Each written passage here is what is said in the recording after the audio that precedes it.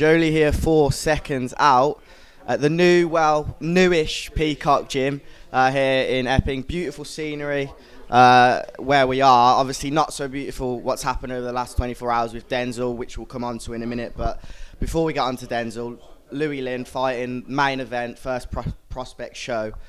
Potentially could be lift off for him on Friday night. Oh, listen, it's a great fight, two unbeaten fighters. It's what the public want to see, and we're all looking forward to it. Talk to me about Louie. Obviously, over the last few months, he's got that WBC international at featherweight. He's just rising in stock, and this is probably the biggest night of his career. Oh, definitely. Listen, Louie's beaming with confidence, and rightly so. He's come off a couple of good wins, and looking to build on that. What do you expect from him then? Obviously, as you say, 8-0 unbeaten fight that he's coming up against. It's hard to say, but obviously we're expecting a decent fight, obviously unbeaten fighter, and we've paid him lots of respect and done lots of work. What in particular have you worked on specifically? Obviously, without giving too much away, do you know much about his opponent as well? I've watched a bit of him, like obviously you would do, and we've had similar sort of sparring. What about after this fight? Obviously, if he is successful, you got the WBC International at feather, as I said. What belts would you look for if he is successful on Friday night?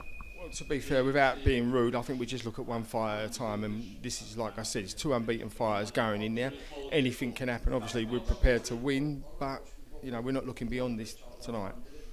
And like I said at the start, Denzel Bentley unfortunately won't be fighting Andrew Robinson anymore. Gutted for him because obviously his last fight was a loss to Felix Cash. He needed to kind of get back out there and just get a win under his belt.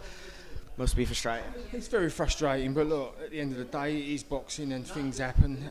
We've been told it's going to be moved forward 2 weeks. That's all we can do is appreciate that and appreciate that we're out. Okay, I wasn't told that. So October the... Oh no, is it the... Oh, so May, potentially it could be on the the old Lyndon Arthur versus Anthony Arthur. Well, hopefully, yeah. Okay, that's good. So... On the card as well. Okay, who else? We've got Ellis Zorro on the card as well. So, talking of Denzel, obviously, he's had that loss now, but what have you kind of been working on to improve specifically from that fight? Well, like every fight, like that was a 50-50 fight, and you do learn things, and Denzel himself has learned from that, and a loss don't make you a bad fighter. Actually, just on kind of like fights getting postponed and pushed back, what's the most frustrating one that you've ever been involved with? You've been involved in boxing for a long time, but off the top of your head? Probably just going to get on the train to go to Paris with Quim Bouali for the French title, and he never turned up. So things happen. Yeah, you've got a lot of experience in this boxing game, so I can imagine you've got a fair few stories to tell as well. Oh yeah, but I'm not going to. Not today. Right, last... It's this show, obviously. Yeah, of course. And we were speaking actually about the paintings behind, obviously not your specific stories, but... this kind of new gym's got it's plastered with old boxers, pictures, memories that kind of represent what the gym is, what you've been through, and also just iconic fights in the past. Yeah, I think any gym that you go to most of them have got a lot of history and display it on the walls, similar to like ourselves. You know what I mean? Last of all, obviously, when you moved here, Daniel was kind of the star, and it was kind of the new gym, and this is Daniel Dubois, and he was kind of like the poster boy, if you like. I would say he was probably the leading light, yeah.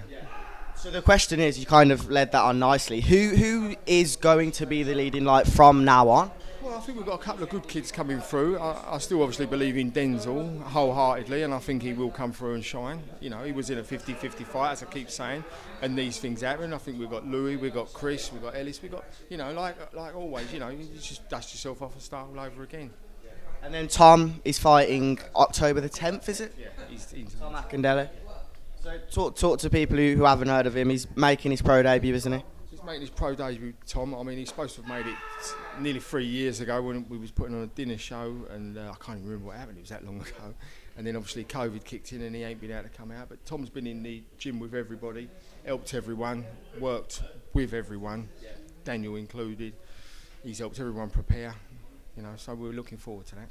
And then last question, did you see his debut? I know it was on the Jake Paul undercard. Daniel Dubois obviously making his American debut It was an easy opponent, easy fight, but were you kind of happy for him? Did you watch it at all? Of course I watched it. I'm still his manager, so obviously would watch it, and we obviously helped make the match, and we picked the fighter. So yeah, listen, he done what he said, you know, what was supposed to happen.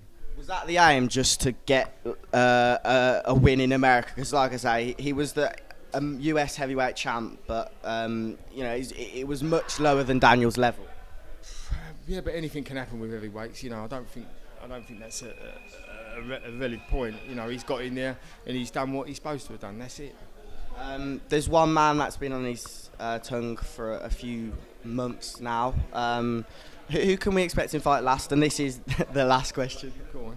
Who can we expect to? What? Expecting to fight Next? Yeah, I'm not sure. I can't say yet. WBA regular, maybe? We ain't signed no contract, so I can't say yet. That's fair enough.